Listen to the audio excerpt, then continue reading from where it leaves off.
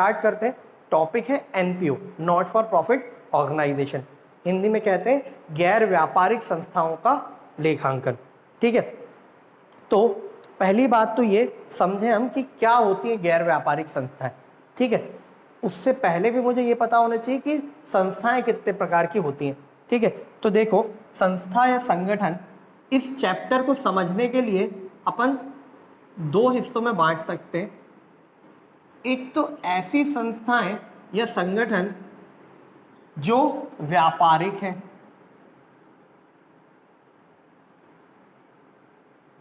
व्यापारिक संस्था या संगठन। ठीक है, और एक ऐसे संगठन या संस्थाएं जो गैर व्यापारिक हैं।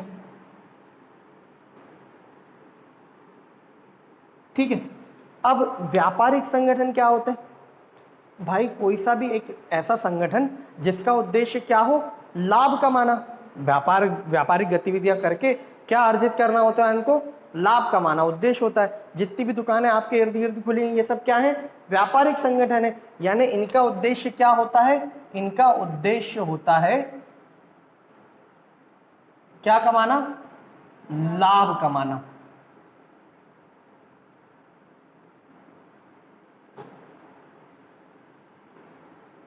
अच्छा, अब एक और संगठन होते हैं गैर व्यापारिक संगठन। गैर व्यापारिक संगठन का मतलब ऐसा होता है बच्चे, ऐसा संस्थान जिसका उद्देश्य व्यापार करना नहीं है।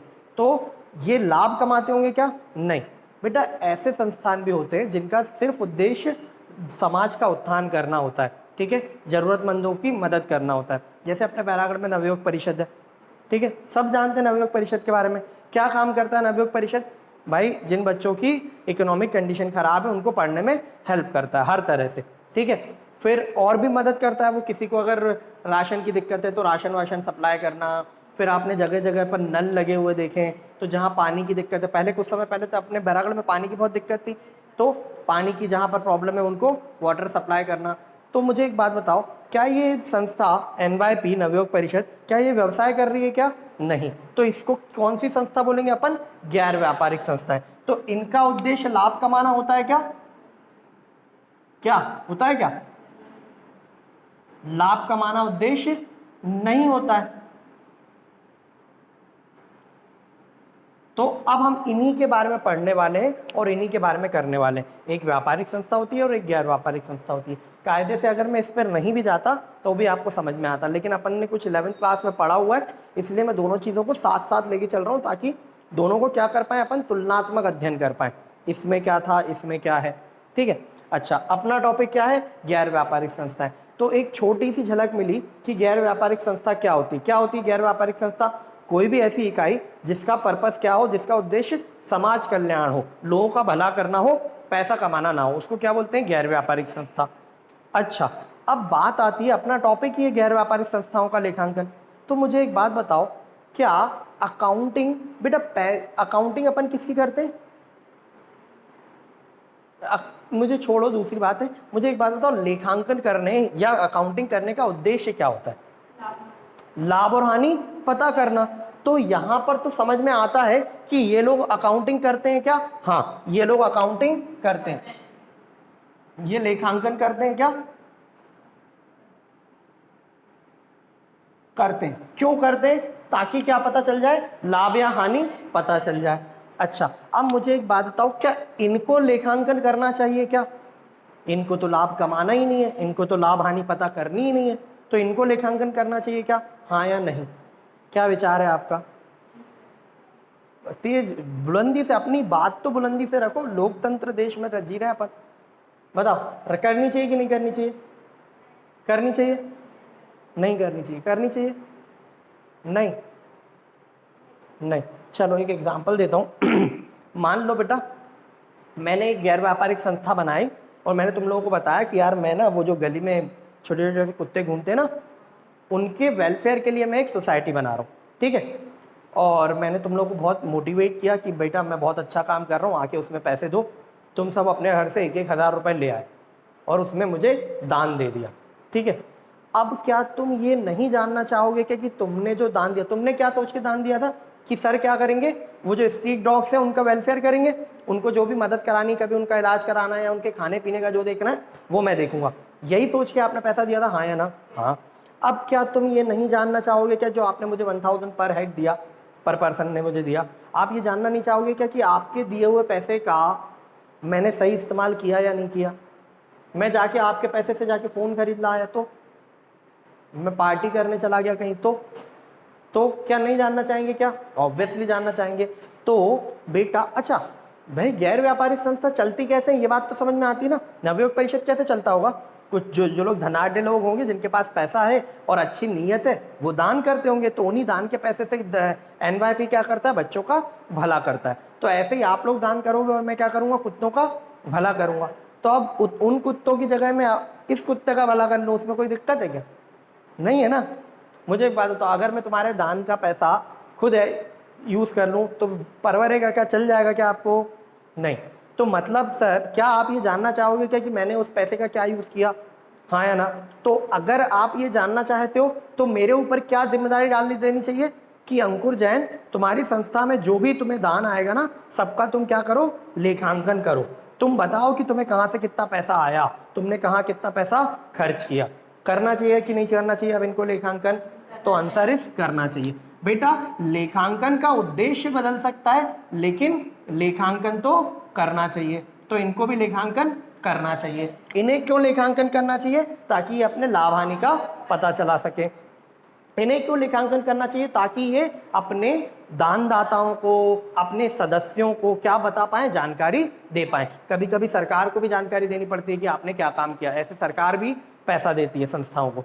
ठीक है, तो पहली बात तो ये हो गई कि इनका उद्देश्य लाभ कमाना होता है, इनका उद्देश्य लाभ कमाना नहीं होता है। लेखांकन ये भी करते हैं और लेखांकन ये भी करते हैं। अब लेखांकन की आपने परिभाषा पढ़ी थी कक्षा 11वीं में, क्या थी लेखांकन की परिभाषा, याद है क्या?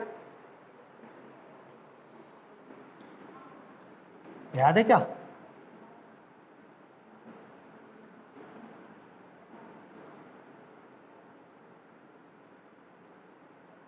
बेटा जब भी कोई ट्रांजैक्शन होता है तो सबसे पहले क्या होता है उसका, जनरल एंट्री, फिर क्या होती है उसकी लेजर पोस्टिंग, फिर क्या होता है एक ट्रायल बैलेंस बनाते हैं। हालांकि वो लेखांकन प्रक्रिया का भाग नहीं है, बनाते हैं उसे ताकि गणितीय अशुद्धियां पता चल जाए। ठीक है, इसके बाद बनाया जाता है trading account and profit and loss account, और आखिरी में क्या बनाई जाती है भैया, बैलेंस शीट। ये याद है क्या? ये आपने क्लास 11th में पढ़ी है अकाउंटिंग की डेफिनेशन।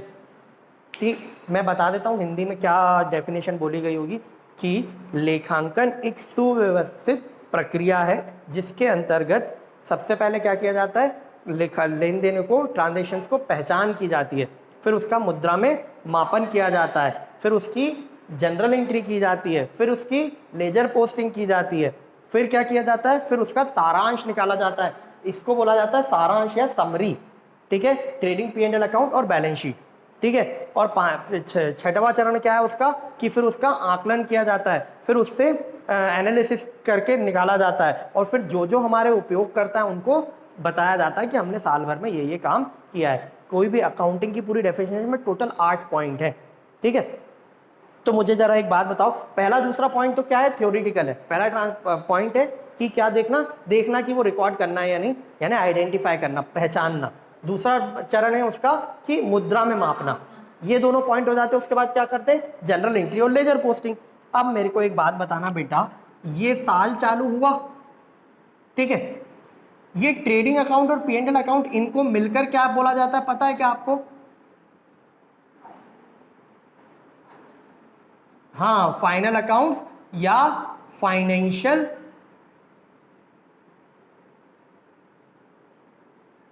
स्टेटमेंट्स बोलते हैं। क्या बोलते हैं?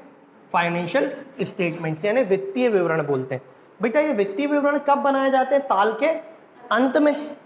अच्छा, लेकिन जब भी कोई ट्रांजैक्शन होगा तो जनरल एंट्री होगी, हाँ, लेजर पोस्टिंग होगी, हाँ, मतलब general entry ledger posting, general entry ledger posting पूरे साल चलती रहती है। फिर उस जनरल एंट्री और लेजर पोस्टिंग की मदद से हम क्या बनाते हैं, ट्रेडिंग अकाउंट, P&L अकाउंट और बैलेंस शीट, ये साल के अंत में बनते हैं। ठीक है, तो मेरी एक बात सुनना आज ध्यान से बेटा किसी भी प्रकार की संस्था हो, ठीक, किसी भी प्रकार की संस्था हो, उसका कुछ भी काम हो, चाहे लाभ कमाना उद्देश्य हो चाहे लाभ कमाना उद्देश्य ना हो, लेखांकन की प्रोसेस में यानी लेखांकन की प्रक्रिया में कोई भी बदलाव नहीं आएगा। बेटा प्रक्रिया का मतलब ही क्या होता है? प्रक्रिया का मतलब होता है, प्रक्रिया शब्द का मतलब होता है कि जो जैसे मैंने बताया है उसको आपको वैसा का वैसा ही करना है, उसमें कोई भी फेरबदल संभव नहीं है। तो प्रक्रिया बेटा जैसे अकाउंटिंग प्रोसेस में कोई भी बदलाव संभव नहीं है, यानी जब भी कोई ट्रांजैक्शन होगा तो सबसे पहले उसकी जनरल एंट्री होगी, फिर उसकी लेजर पोस्टिंग होगी, फिर ट्रायल बैलेंस और ट्रेडिंग P&L अकाउंट साल के आखिरी में बनेगा। तो सुनना मेरी बात, चाहे ये लोग हो, इनके पास भी जब भी ट्रांजैक्शन होता होगा तो ये जनरल एंट्री और लेजर पोस्टिंग करते हैं और इन लोगों को भी करना पड़ती है। लेकिन अब सुनो, ये साल के अंत में क्या बनाते हैं? फाइनेंशियल स्टेटमेंट, उसको क्या बोलते हैं? ट्रेडिंग अकाउंट, P&L अकाउंट और बैलेंस शीट। तो इनको भी बनाना पड़ेगा फाइनेंशियल स्टेटमेंट। और मैं आपको बता दूं हमारे चैप्टर में यही है, हमें क्या सीखना है? गैर व्यापारिक संस्थाओं के द्वारा जो फाइनेंशियल स्टेटमेंट बनाए जाते हैं वो सीखना है हमें। फिर से बताओ क्या सीखना है हमें? इनके वित्तीय विवरण सीखने। क्या बोलते हैं उसको? वित्तीय विवरण। फाइनेंशियल स्टेटमेंट को क्या बोलते हैं? वित्तीय विवरण। तो हमें वित्तीय विवरण बनाना सीखना है, ठीक है। अच्छा, इनके फाइनेंशियल स्टेटमेंट में क्या क्या आता है जरा बताओ, एक बार देख लेते हैं। इनके फाइनेंशियल स्टेटमेंट में क्या क्या आ रहा है? एक तो ट्रेडिंग अकाउंट, इसको क्या बोलते हैं? व्यापार खाता। फिर इसमें ये क्या आता है? एक और क्या आता है? प्रॉफिट एंड लॉस अकाउंट, इसको क्या बोलते हैं? लाभ हानि खाता। और एक और चीज बनाते हैं ये लोग, बैलेंस शीट, जिसे क्या कहते हैं? आर्थिक चिट्ठा।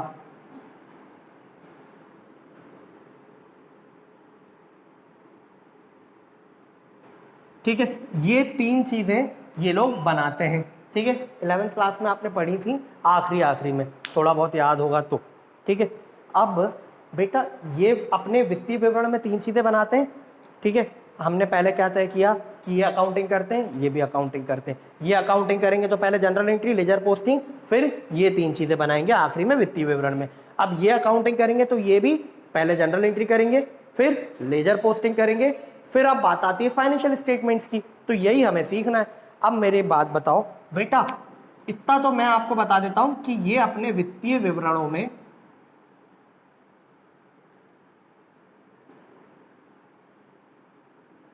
जिसको क्या बोलते हैं, चलो फाइनेंशियल स्टेटमेंट रहने देते, देखो नहीं तो जगह कम पड़ जाएगी। बेटा मैंने क्या बोला कि ये लोग भी अपनी अकाउंटिंग करते हैं, और अकाउंटिंग करते हैं तो सबसे पहले क्या करते होंगे? ये भी जनरल एंट्री करते होंगे। अब बात आती है उसके बाद की, लेजर पोस्टिंग के बाद की। बेटा ये लोग क्या बनाते हैं? व्यापार खाता, क्योंकि ये कौन सी संस्था है? व्यापारिक संस्था है। ये अपने पास व्यापार खाता बनाएंगे क्या? नहीं। क्यों? क्योंकि इनका तो पर्पस है ही नहीं, उद्देश्य है ही नहीं व्यापार करना, व्यवसाय करना तो उद्देश्य है ही नहीं। तो ये व्यापार खाता बनाएंगे क्या? नहीं। तो इसकी जगह पर ये लोग अपने पास बनाते हैं बेटा एक रिसिप्ट्स एंड पेमेंट अकाउंट, इसको बोलते हैं प्राप्ति एवं भुगतान खाता। ठीक है, मैं इंग्लिश में इसलिए लिख रहा हूँ क्योंकि प्रैक्टिकल तो अपने को इंग्लिश में ही करना है ना, और थ्योरी आएगी तो हिंदी में लिखनी, तो अपने को दोनों चीज़ों की प्रैक्टिस होनी चाहिए। क्या बनाते हैं ये व्यापार खाते की जगह? लाभ हानि खाता। ठीक है, अब इसके अंदर क्या आता है? सब सॉरी व्यापार खाते की जगह क्या बनाते हैं? प्राप्ति भुगतान खाता। अब इसके अंदर क्या आता है, कैसे करना है, वो सब मैं आगे बताऊंगा। ठीक है, अब दूसरी चीज ये क्या बनाते थे यहाँ पे? लाभ हानि खाता। तो लाभ हानि एक बनाते थे क्योंकि इनका उद्देश्य क्या था? लाभ कमाना। लेकिन ये बना सकते हैं क्या लाभ हानि खाता? नहीं। क्यों? क्योंकि इनका उद्देश्य तो लाभ कमाना है ही नहीं। तो ये लाभ हानि खाते की जगह एक जो चीज बनाते हैं उसका नाम है इनकम एंड एक्सपेंडिचर अकाउंट। इसको हिंदी में कहा जाता है आय व्यय खाता।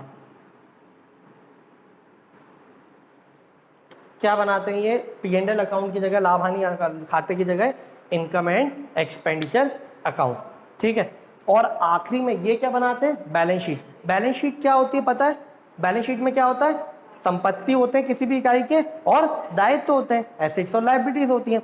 तो बेटा एसेट्स और लायबिलिटीज तो व्यापारिक संस्था की भी हो सकती हैं और गैर व्यापारिक संस्था की भी हो सकती हैं, तो बैलेंस शीट तो ये लोग भी बनाएंगे। मतलब ये लोग तीसरी चीज क्या बनाते हैं अपने पास, तीसरी चीज बनाते हैं बेटा ये लोग बैलेंस शीट यानी आर्थिक चिट्ठा। मतलब तीनों में तुम्हें कौन सी समानता, एक चीज कौन सी समान दिख रही है, बैलेंस शीट, ठीक है। आपको तीनों में एक चीज समान दिख रही है, मेरे को तीनों में दो चीजें समान दिख रही है, ठीक है। एक चीज तो बैलेंस शीट वो जो तुम्हें दिख ही रही है, एक यहां पर जो P&L अकाउंट है ना बेटा, वो इधर का इनकम एंड एक्सपेंडिचर अकाउंट है, सिर्फ नाम बदला है।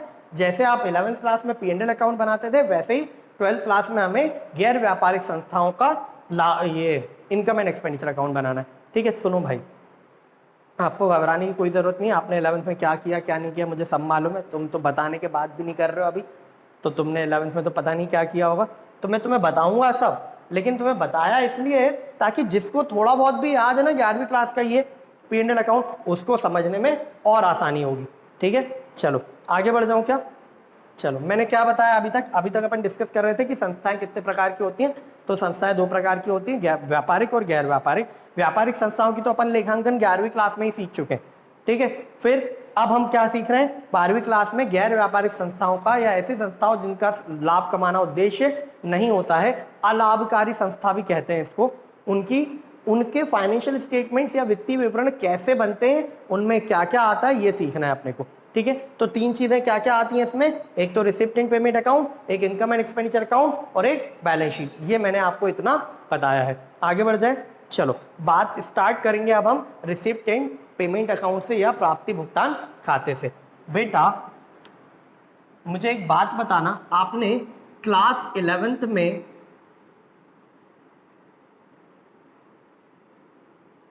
छोड़ो दुनियादारी की बात है, मुझे एक बात बताओ, अपन ने कैश अकाउंट बनाया है अभी 2-3 दिन में कई बार।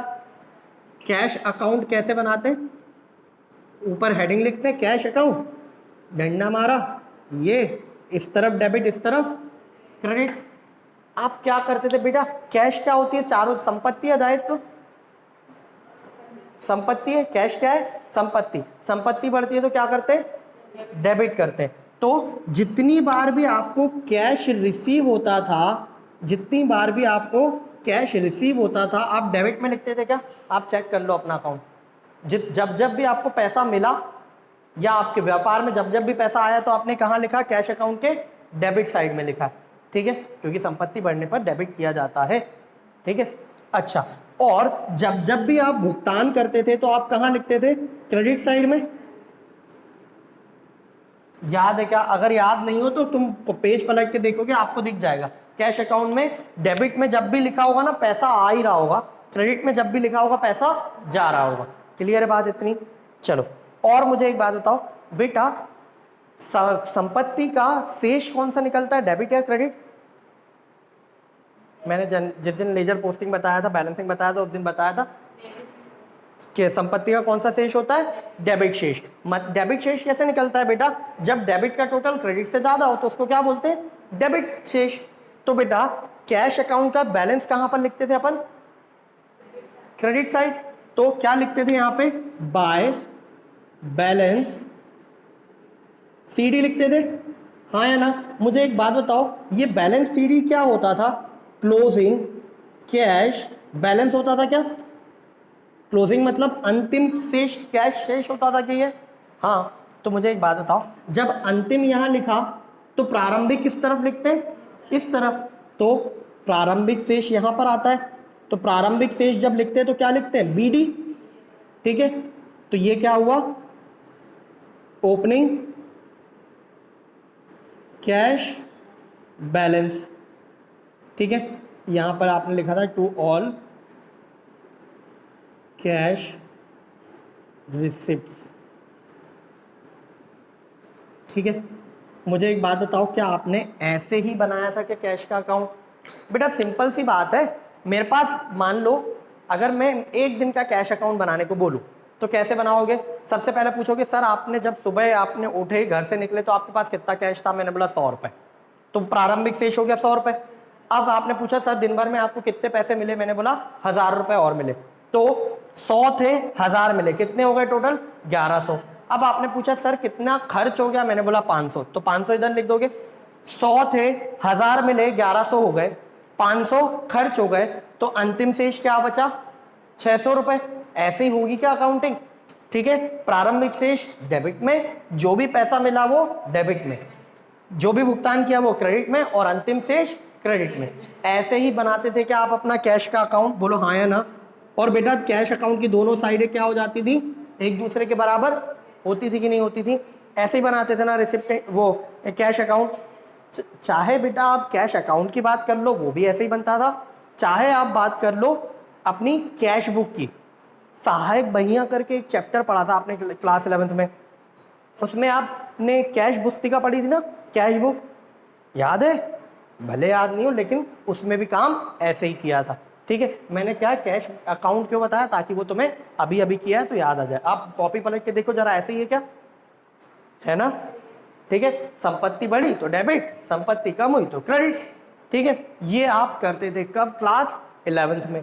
अब अगर मैं आपसे बोलूं कि जो अपन 11th क्लास में लेजर में करते थे कैश के, या फिर कैश बुक में करते थे, वही का वही काम सेम आपको लाभ हानि खाता बना, सॉरी प्राप्ति भुगतान खाता बनाते समय करना है, तो कितना अच्छा लगेगा, सुकून मिलेगा ना।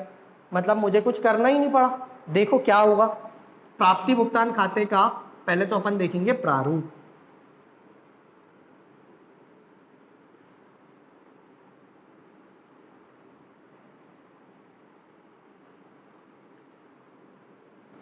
बेटा मुझे एक बात बताओ, आपने डेबिट में क्या लिखा? सारी की सारी प्राप्तियां।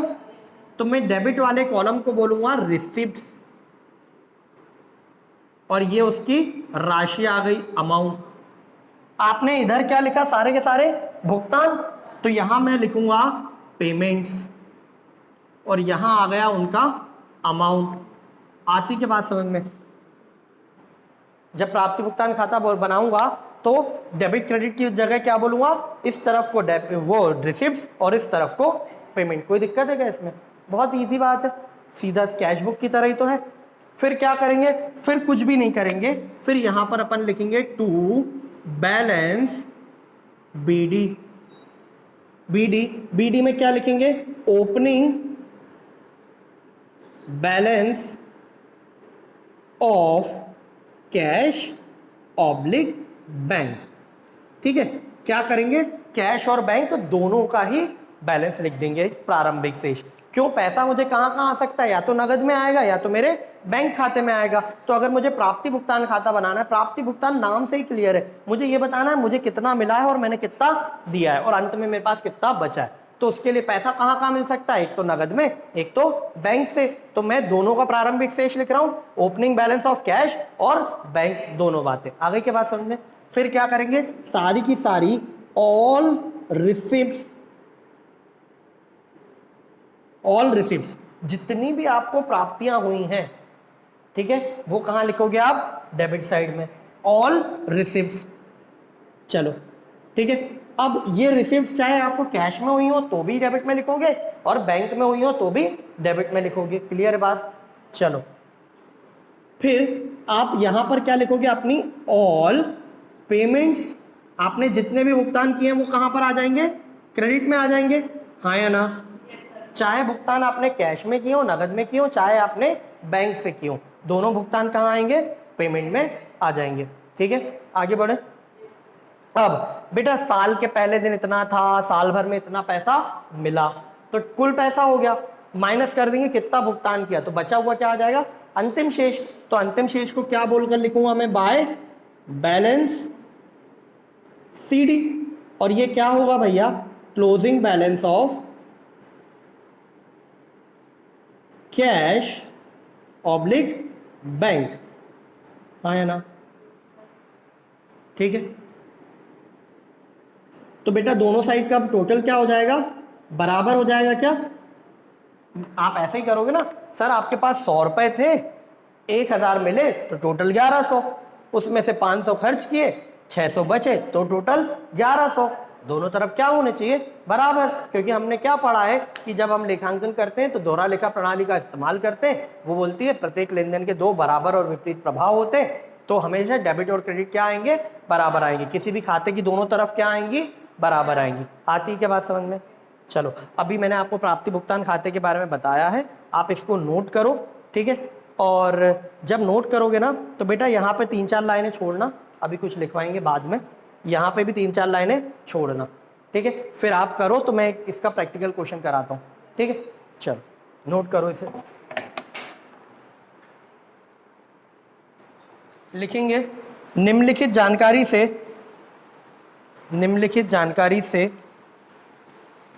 31 दिसंबर 2016 को निम्नलिखित जानकारी से 31 दिसंबर 2016 को समाप्त होने वाले वर्ष के लिए चेतना क्लब का प्राप्ति भुगतान खाता बनाइए। निम्नलिखित जानकारी से 31 दिसंबर 2016 को समाप्त होने वाले वर्ष के लिए चेतना क्लब का प्राप्ति भुगतान खाता बनाइए। अब शॉर्ट में लिखना जल्दी जल्दी। सबसे पहले लिखेंगे रोकड़ शेष 1 जनवरी 2016 को 5,000 रुपये। रोकड़ शेष यानी cash balance, opening cash balance 1 जनवरी 2016 को कितना है? 5,000 रुपये।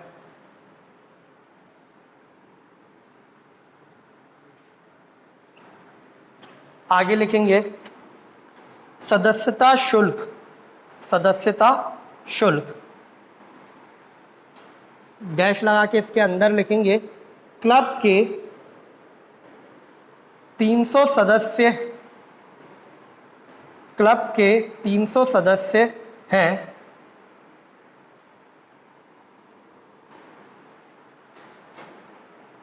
और प्रत्येक सदस्य से क्लब के 300 सदस्य हैं और प्रत्येक सदस्य से 15 रुपये प्रति वर्ष सदस्यता शुल्क लेना था।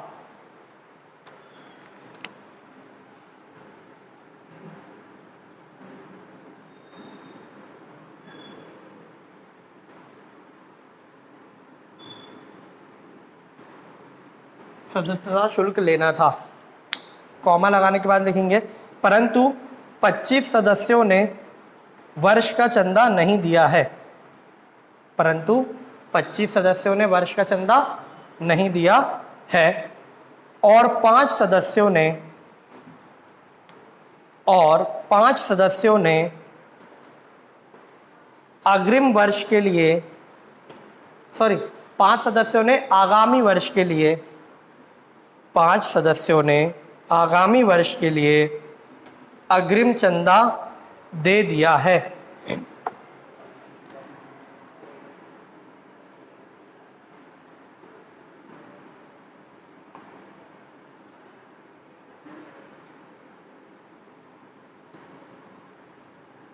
लिख लिया ये। आगे लिखेंगे नेक्स्ट पॉइंट, वेतन 300 रुपये प्रति माह के हिसाब से, वेतन 300 रुपये प्रति माह के हिसाब से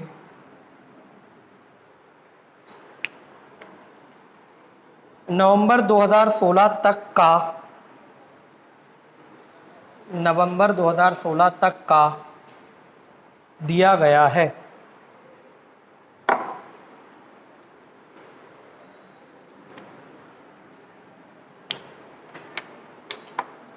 इसके बाद लिखेंगे किराए का। किराया 150 रुपये प्रति माह के हिसाब से 150 रुपये प्रति माह के हिसाब से जून 2017 तक का चुका दिया गया है। किराया 150 रुपये प्रति माह के हिसाब से जून 2017 तक का चुका दिया गया है।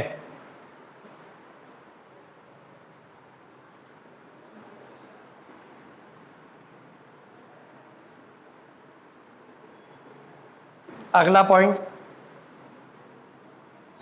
फर्नीचर। फर्नीचर लिख के डैश लगा के लिखना उसमें। फर्नीचर के विषय में क्या बता रहा है, माह दिसंबर 2016 में, माह दिसंबर 2016 में फर्नीचर के लिए 1,000 रुपये अग्रिम दिए, 1,000 रुपये अग्रिम दिए, परंतु वर्ष के अंत तक, परंतु वर्ष के अंत तक 150 रुपये के ही फर्नीचर प्राप्त हुए, परंतु वर्ष के अंत तक 150 रुपये के ही फर्नीचर प्राप्त हुए।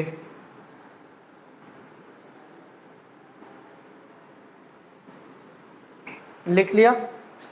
आखिरी पॉइंट लिखेंगे, विविध व्यय, विविध व्यय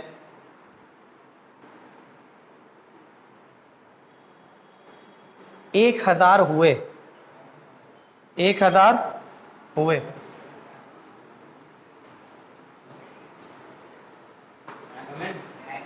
जिसमें से 150 रुपये देना बाकी है। विविध व्यय कितने हुए, 1,000 हुए, जिसमें से 150 रुपये देना बाकी है। ठीक है,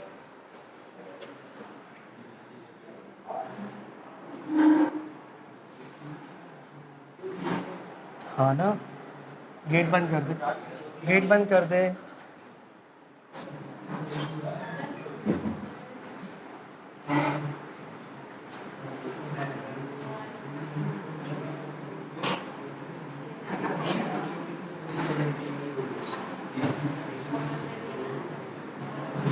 चलो, आपने वो क्या बनाना है, रिसिप्टिंग पेमेंट अकाउंट बनाना है। रिसिप्टिंग पेमेंट का क्या फॉर्मेट है, इस तरफ रिसिप्ट्स, इधर अमाउंट रिसिप्ट्स का, और इधर क्या आएंगी, सारी की सारी पेमेंट्स और ये अमाउंट। ठीक है, चलो अब मैंने आपको क्या बताया था कि सबसे पहले ओपनिंग कैश बैलेंस लिखेंगे, किस तरफ, डेबिट साइड में। क्यों, क्योंकि कैश का कौन सा बैलेंस होता है, डेबिट बैलेंस होता है। तो क्या लिखेंगे, टू बैलेंस BD। कितना बैलेंस दिया हुआ है आपको, 5,000 रुपए। ठीक है, आगे बढ़ेंगे। इसके बाद आपको क्या दिया हुआ है, वो बोल रहा है क्लब के टोटल कितने मेंबर्स हैं, 300 मेंबर्स हैं। यहां देखेंगे मेरे साथ, सदस्यता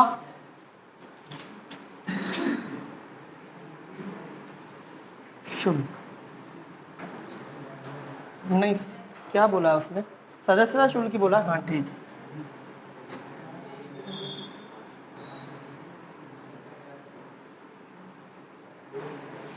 मुझे एक बात बताओ, कुल सदस्यों की संख्या कितनी है,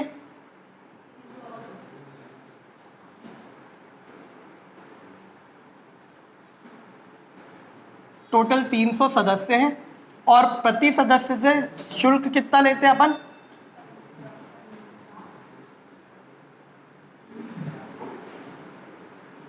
15 रुपए प्रति माह, है ना। तो मुझे एक बात बताओ, अब क्वेश्चन ये बोल रहा है, क्वेश्चन ने क्या बताया हमें कि परंतु 300 में से 25 लोगों ने चंदा नहीं दिया है, तो आपको सदस्यता शुल्क प्राप्त कितना हुआ है,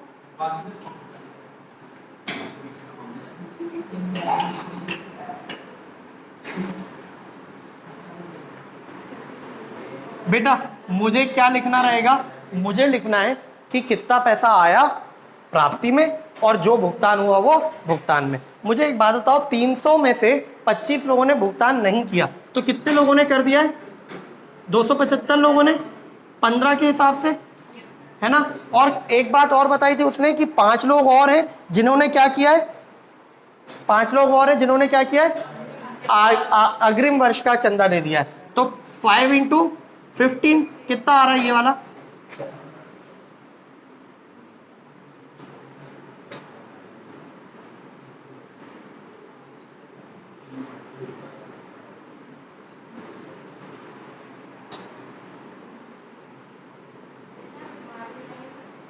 4125, ठीक है। तो टोटल पैसा कितना मिल गया अपने को? इस साल का पैसा मिला है 4125 और 75 रुपए कब के लिए मिल गए? आने वाले साल के लिए। तो कितना हो गया? 4200 रुपए। ये 4200 रुपए कहाँ आ जाएगा? टू सब्सक्रिप्शन रिसीव, 4200 रुपए, ठीक है। चलो आगे, वेतन दिया, वो बोल रहा है कब तक के वेतन का भुगतान किया अपन ने? वेतन कहां पर आएगा? पेमेंट्स में। कितना भुगतान किया है? बोल रहा है नवंबर तक का। तो सैलरी कितनी है बेटा? सैलरी एक महीने की 300 रुपए। और कब तक का दिया है? नवंबर तक का, यानी एक महीने का नहीं दिया, दिसंबर का। तो कितने महीने का दिया हमने? 11 महीने का। तो कितना आ गया वेतन का भुगतान? 3300 रुपए आया ना। चलो फिर वेतन के बाद क्या दिया है आपको? किराए के बारे में बता रहा है। किराया अपन कब खड़े? दिसंबर 2016 में। और उसने कब तक का किराया दे दिया? जून 2017 तक का, यानी 6 महीने का किराया एक्स्ट्रा दे दिया। तो अपन क्या करेंगे? बाय रेंट 150 रुपए के हिसाब से कितने महीने का रेंट दिया है? 18 महीने का रेंट दिया है। कितना आ रहा है ये?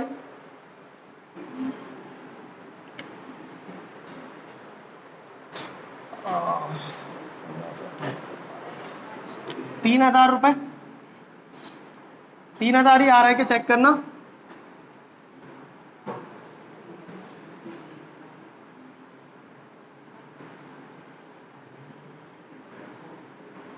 $2700 आ रहा है, ठीक है। बढ़ जाए आगे। कुछ भी नहीं किया, जो मिला था रिसीप्ट साइड में लिखा, जो भुगतान किया वो पेमेंट साइड में लिखा। नेक्स्ट पॉइंट देखेंगे, फर्नीचर के लिए मैंने 1000 रुपए किसी को अग्रिम दिया। मैंने जाके बोला कि 1000 रुपए का फर्नीचर मेरे यहाँ भेज देना।